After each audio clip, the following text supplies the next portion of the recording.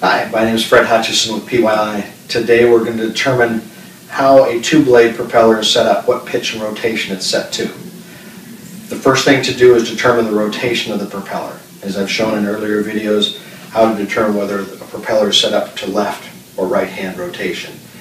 This situation, I believe the propeller is set to a right-hand rotation.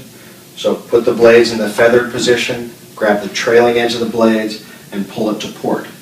At that point, the straight leading edge will stop angled forward and to starboard, showing that it's a right-hand rotation propeller. At that point, bring the prop back to the feathered position with the seam between the two halves vertical. That way, as you take things apart, things won't fall apart on you. Take off 5 of the 6 screws. That's the first step. Don't take off all 6. Take off 5 and give it a pause, because once you get the 6th one out, things can start falling apart on you if you're not careful. Once you start on the 6th one, you need to start holding things together so you make sure that it won't fall apart on you. Once you get the 6th bolt out, basically rotate the propeller so where your line is over vertical and this bottom half will come off in your hands. At that point, the gravity is holding the other half on, so you don't have to worry about it falling apart on you.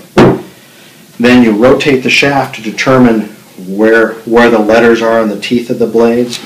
As you can see here, you've got letters on the teeth of the blades. And what we want to determine is what letter goes with which drill mark. Excuse me a sec while I rotate everything around. In this situation, the easiest way to do it is get a pen or a screwdriver and run down the depths of the thread of the teeth to determine where a drill mark is. In this point, we've got a single drill mark right here, and it aligns with the letter D on one of the blades. So we've got the single drill markers with D. Now we have to determine what the double drill mark is. To do that, rotate the blades around. Make sure you hold it together as you do it.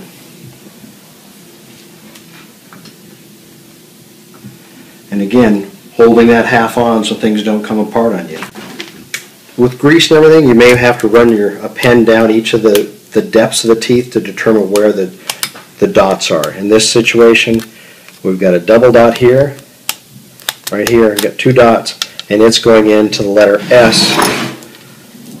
The letter S in the tooth is going into that setting, so that we know it's set, the double dot for Y is set to S.